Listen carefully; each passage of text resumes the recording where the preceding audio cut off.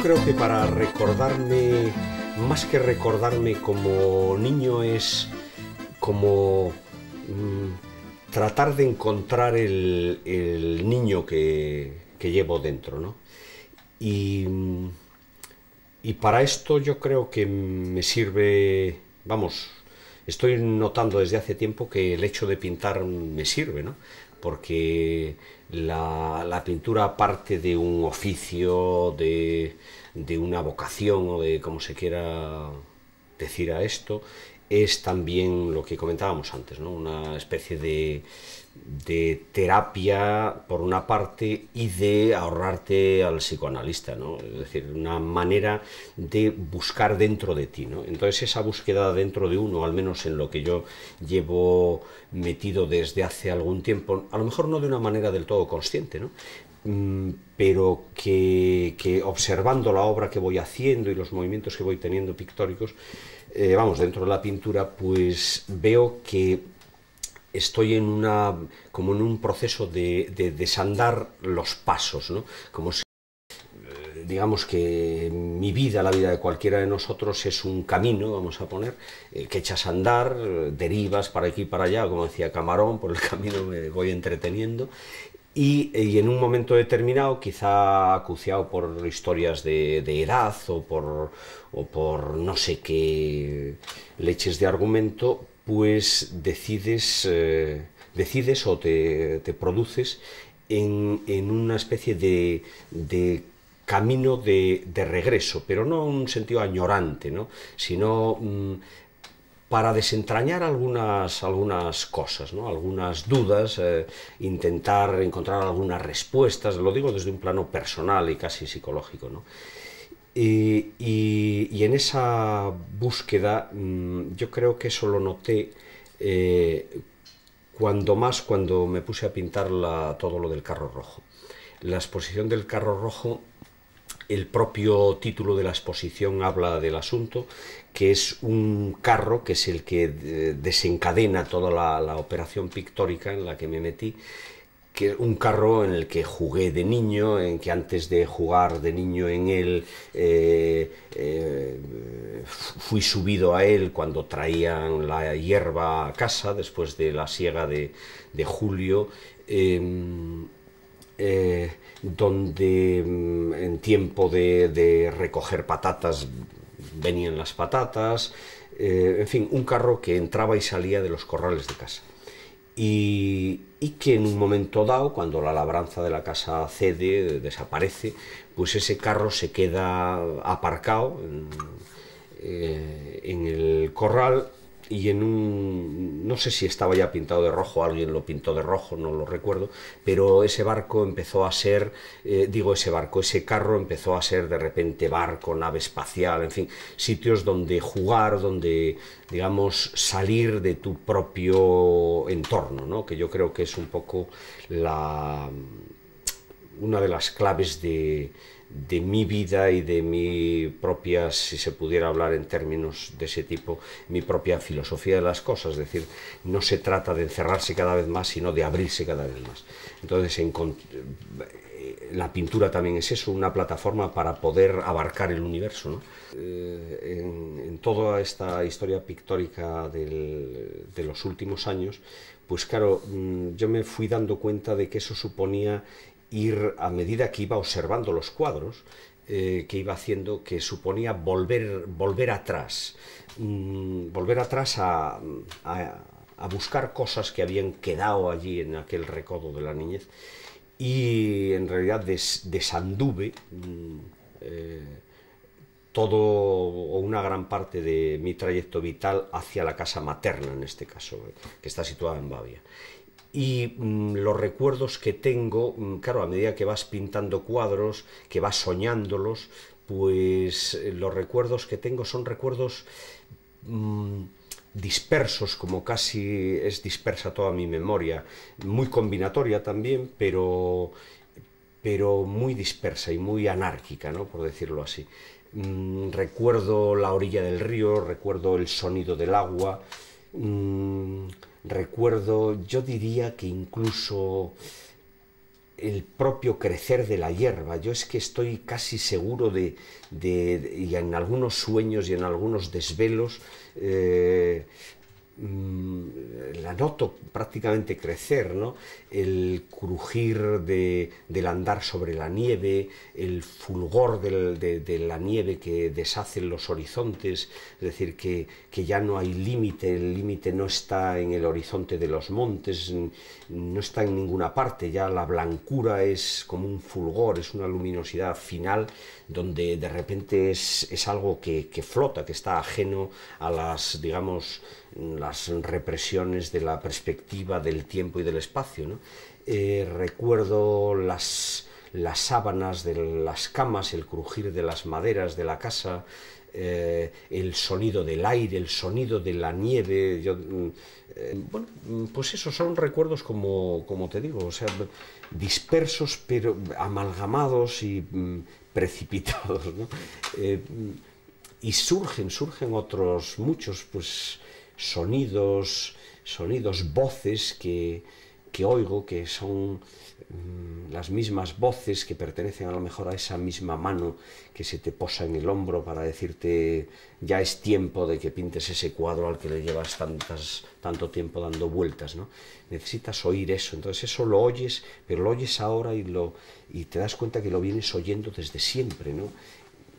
Y lo vas a oír en el último día de tu vida. Yo estoy seguro de que, por ejemplo, Buenaventura Durruti, cuando en la zona de la ciudad universitaria de Madrid sale del coche para revisar no sé qué historia cuando baja la columna de Durruti viene a defender Madrid, entonces él va con el tío que conducía y entonces una bala, que nunca se acabará de saber si era una bala perdida, si se la disparó el chofer o sabe Dios quién, en ese momento en que le atraviesa la bala el corazón, porque fue una herida de muerte, pues en ese momento Buenaventura Durruti, y me lo menciono, bueno, en plan anecdótico, porque no solo por una historia de un cariño muy grande y una identificación muy grande, porque era también de León, bueno, ¿qué le vamos a hacer? Y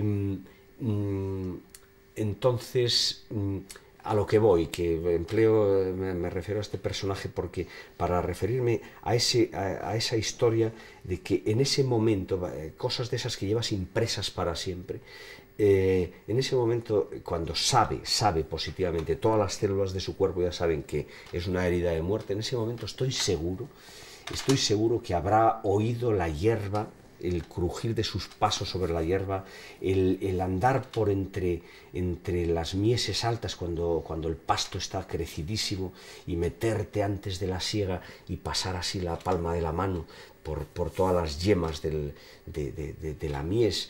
Estoy seguro que en ese momento llegaron el tacto de las sábanas, de las camas donde haya la piel de las mujeres que haya acariciado, la tierra que se la habrá querido comer en algunas ocasiones, yo qué sé, no sé, las miradas de las gentes.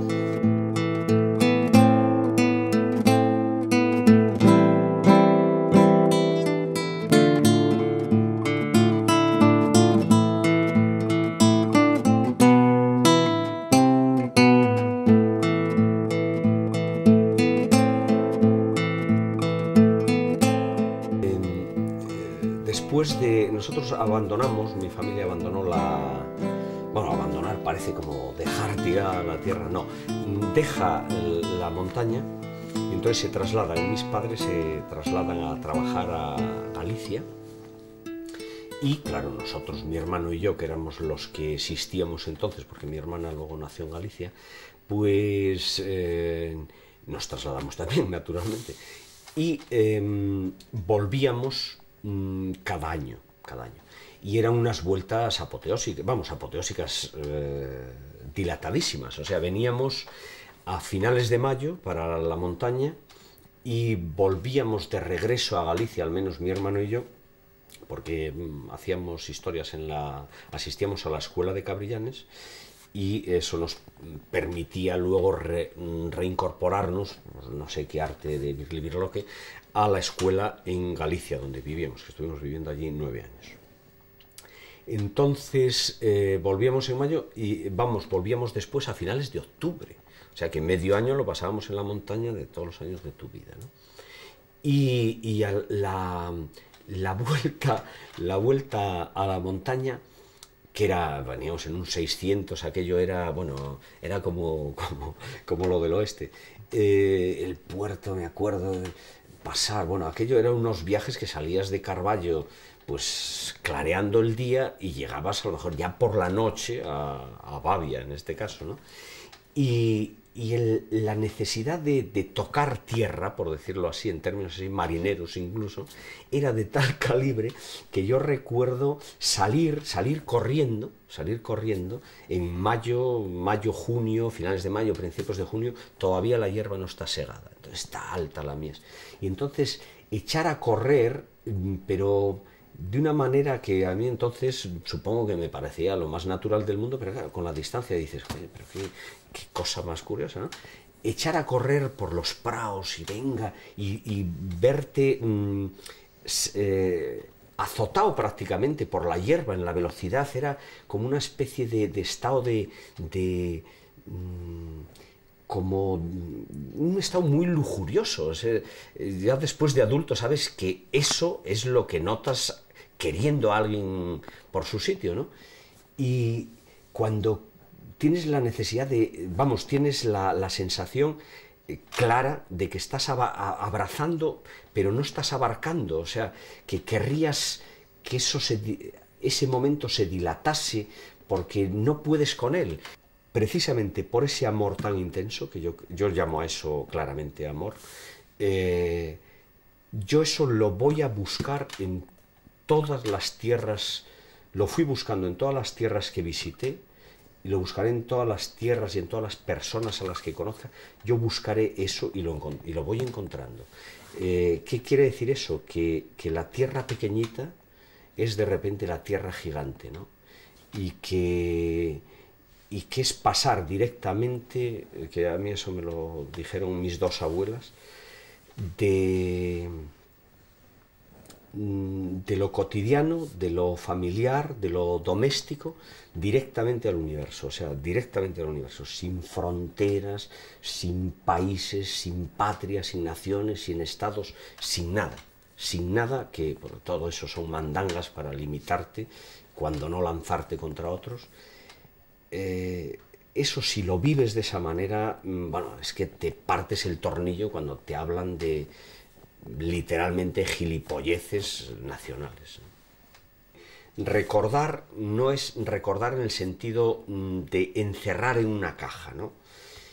Sino todo lo contrario, o sea, algo que te da claves para vivir, ¿no? Para encontrar un poco la matemática o siquiera la aritmética de las cosas. Yo soy un poco pitagórico a ese respecto, creo en una especie de ritmo de los números, ¿no? Y que es lo que recuerdo también, que es una cosa que lo practiqué desde niño y lo sigo practicando, es lo de abrazarme a los árboles. Eso, ahora con el pino este que tengo aquí enfrente, sobre todo cuando sopla así de estos aires que hubo últimamente que daban caña, pues tanto en ese aspecto, es decir, que ves al árbol que se cimbrea, que tal. Entonces, claro, al fin y al cabo es un individuo que está ahí, que convives con él y él contigo. Y salgo y digo, tranquilo, que aquí estamos en el mismo barco y tal.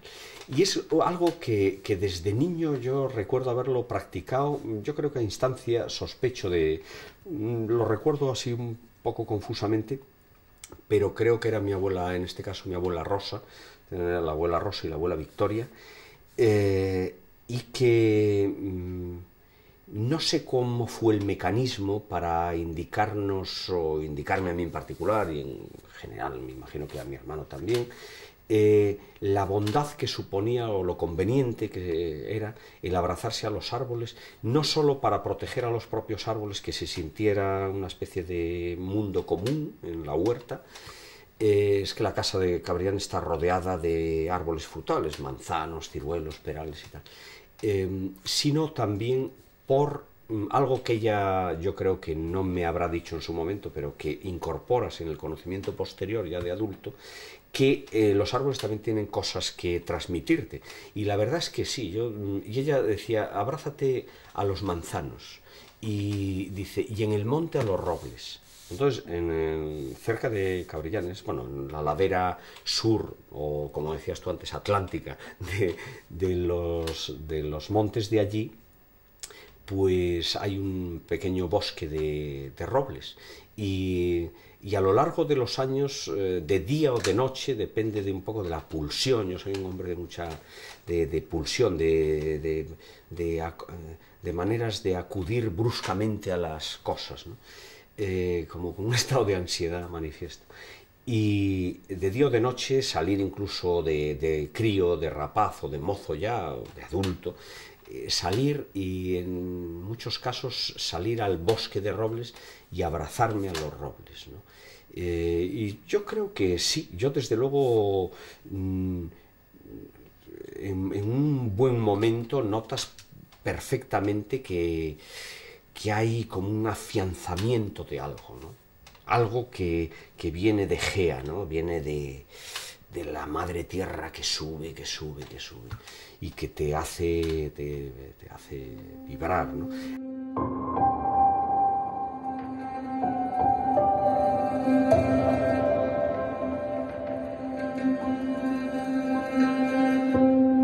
Esa es la actitud que tengo ante las cosas, en clave pictórica también. Por eso mi pintura es muy doméstica, muy de decir lo que hay. No tiene que venir nadie con bombos y platillos a decir que estupendo es esto, ¿no? Sino que se trata de estar atento, de escuchar, ¿no? De escuchar y de mirar y ver esa línea de luz que, a lo mejor esta mesa como la tenemos ahora aquí, ¿no? Papeles, el café, el orujo, tal, no sé cuánto. Y hay o un momento extraordinario para verlo, o ese momento extraordinario está siempre ahí, o lo extraordinario es que tú consigas verlo. O sea, mirar de otra manera por la cual dices, caramba, tanto tiempo a mi lado y no me di cuenta. O sea, estabas aquí, ¿no? Eso, yo creo, eso es lo que es tras de lo que ando, vamos.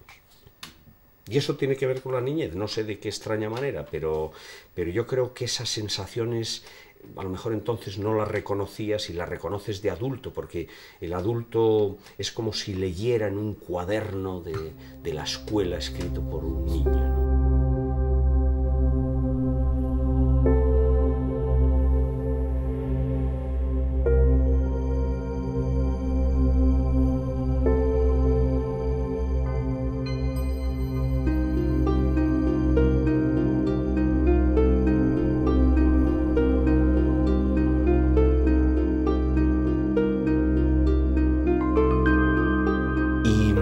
Claro, hay un momento cuando te haces más consciente dentro de, a lo mejor, del bosque ese de robles, en plena noche o todavía no raya el día, en que te asalta el miedo, ¿no? Te asalta el miedo, el temor pero no acabas de saber a qué es, porque, bueno, parte del miedo es cuando no sabes a qué es, porque si sabes de dónde viene el miedo, te lo puedes puentear y decir, el miedo viene de tu mano, pues me adelanto, te atajo en el camino y lo evito, ¿no?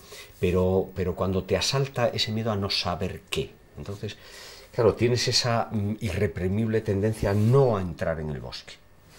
Y esas ganas de volverte, yo en algunas ocasiones me volví, pero cuando logras penetrar el bosque, después tienes una sensación total, pero total, o sea que lo notas en los extremos de tu piel, que es el bosque el que te protege, es decir, ya estás en medio, y vuelve a ser otra historia relacionada con la tierra, relacionada posiblemente con el útero y muchas historias, ¿no? Es decir, esa protección, y ahora está nevando, macho, ahora está nevando, eso es nieve. Anda, cojones. Fíjate, es nieve, ¿eh? Sí, no, es nieve.